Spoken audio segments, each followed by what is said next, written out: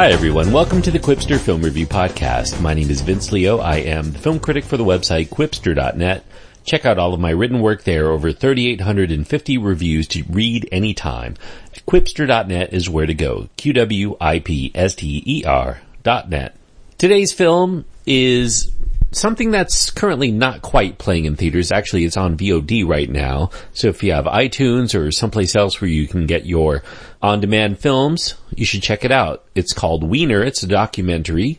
It was out in a limited selection of theaters earlier this year, but I'm just catching up with it in my attempt to get to some of the good movies that I missed in their theatrical run. In fact, while it was in town, it only played for one day only. It's actually going to be appearing on DVD starting on August 23rd, but it's currently available for streaming if you want to pay a small fee. It's an R-rated film because of its language. It does have some sexual material that it discusses in the film as well. It's an hour and 36 minutes. It's directed by Josh Creedman and Elise Steinberg. Weiner, the film, is a behind-the-scenes documentary. It covers the publicly disgraced former congressman from New York, Anthony Weiner, and his bid for mayor of New York City in 2013.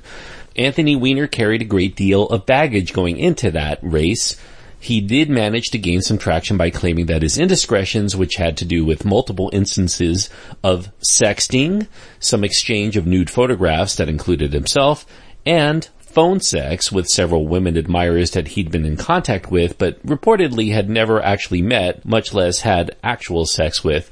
Those were a thing of the past. But now that he's become the front runner in the race, he is derailed. New information regarding the allegations arise, and that results in additional scandal and subsequent damage control on the part of the campaign to address these salacious details as they emerge. There are also trust issues that Anthony Weiner has to contend with the public because of his inability to handle the deluge of personal questions that he hopes will eventually blow over. But the more he gets asked the questions and the more he fumbles to come up with answers to control the damage, the more this causes his bid to become mayor to spin even further out of control.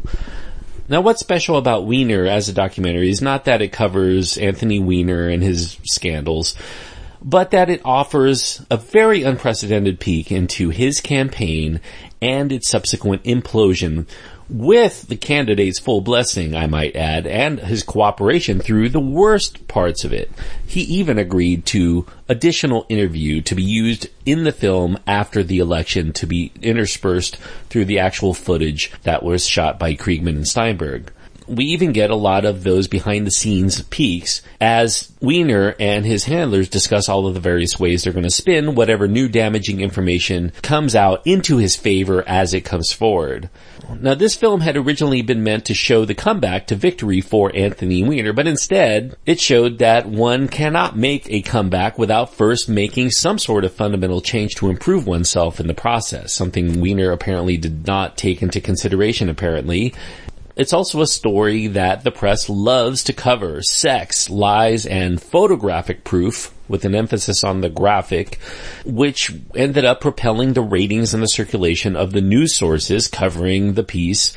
So as much as Weiner tried to maintain that traction that he had gained, his message was pretty much obliterated as the news agencies strove to dig deeper and deeper and deeper to the thing that was going to cause a ratings and circulation bonanza. So the less sexy things that the press tends to dislike covering, or seemingly so, namely the issues that the candidates are running on, get put on the back burner in favor of what's going to actually sell. And unfortunately, those issues that actually affect the people that these media agencies purport to serve get shut out almost completely. Few people come out of this documentary looking very good. Although one immediately sympathizes, obviously, with Weiner's wife, a power player who is a close confidant, aide to Hillary Clinton, Huma Abedin. It also offers a sympathetic light to Weiner's immediate campaign staff. You can see them put into unenviable positions to try to defend something, or at least someone, that they have no personal involvement in. Weiner doesn't come out looking good, of course. He has a lot of hubris shown here. A lot of his half-hearted denials make him look like a very weak-willed, deeply egotistical person. Even if his working class causes are something many viewers of New York passionately believe in, they begin to believe that Weiner is not the guy who's obviously fit to get the job done. The press also does not look good coming out of this. They seem to only care about the more prurient matters at hand, oftentimes asking questions of Weiner that seem to be loaded with a very malicious bent. Perhaps worst of all, one of the so-called, victims of Weiner's lechery, especially in his second major scandal, a woman named Sydney Leathers, who is a worker in Las Vegas with whom Weiner reportedly had sexual dialogue several times a day, a year after he resigned from office for those allegations under the pseudonym of Carlos Danger. Leathers seems to exuberantly milk her newfound attention for publicity and money and eventually an entryway into the porn industry. If there's anyone in the film that causes Weiner to look at all sympathetic, it's Sydney Leathers, and that would seem impossible given Weiner's continuous callous disregard for many people who believed in him. It's the appearance of Leathers' opportunism that fuels her desire to do him additional public harm that makes her look like one of the worst people on earth, I have to say. Even worse than Weiner, in my opinion. Weiner is directed by relative newcomers, Josh Friedman and Elise Steinberg. It's their first film that's getting any kind of theatrical release. It's the kind of movie you wish did not exist, and yet, on the other hand, you're kind of thankful of it in documenting some pretty fundamental truths, not only about Anthony Weiner, but also about politics in general, especially the immense egos that it takes to come forward and seek public office, a lot of the narcissistic notions that go on in the minds of many of these people at this level of the political spectrum. Now, while the coverage that Anthony Weiner would receive would end up resulting in a full eclipse of who he is, not only as a candidate, but also as a person, other than this congressman who once sent photos apropos of his name, this surprisingly intimate film says so much more about Anthony Weiner than any of his speeches ever could. Some of those aspects we see are admirable, many more are deplorable. Now, while this is not an incisive documentary that manages to tie in what happens to Weiner with very large themes that it could so easily have tapped into to make Weiner as a film more resonant, I still think that it remains, as is, immensely thought-provoking for most viewers. It is at times very difficult to watch, yet it's also impossible to divert your attention away from it, much like a train wreck.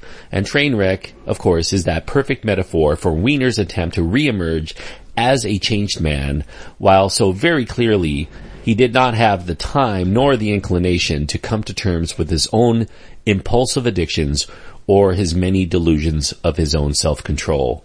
I'm giving Weiner 3.5 stars out of 4. And 3.5 stars on my scale means that I do think that this is a good documentary.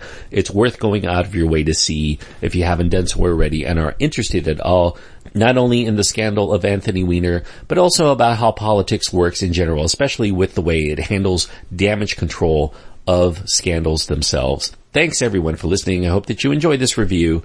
Don't forget, click the subscribe button if you haven't done so already. I'll continue to deliver all of the reviews as they come out throughout the year. Also, if you happen to be on iTunes, leave a review if you like the show. Because of the immense cost out of my own pocket to produce this show, I'm looking for your help. Please go to patreon.com/Quipster and find out information on how you can support the show if you really enjoy it. Patreon.com/Quipster. QWIPSTER is the way to spell that. Until next time, thanks everyone for listening. I hope that you enjoy your time. Anytime you get to go to the movies or you just kick back and watch an excellent documentary at home.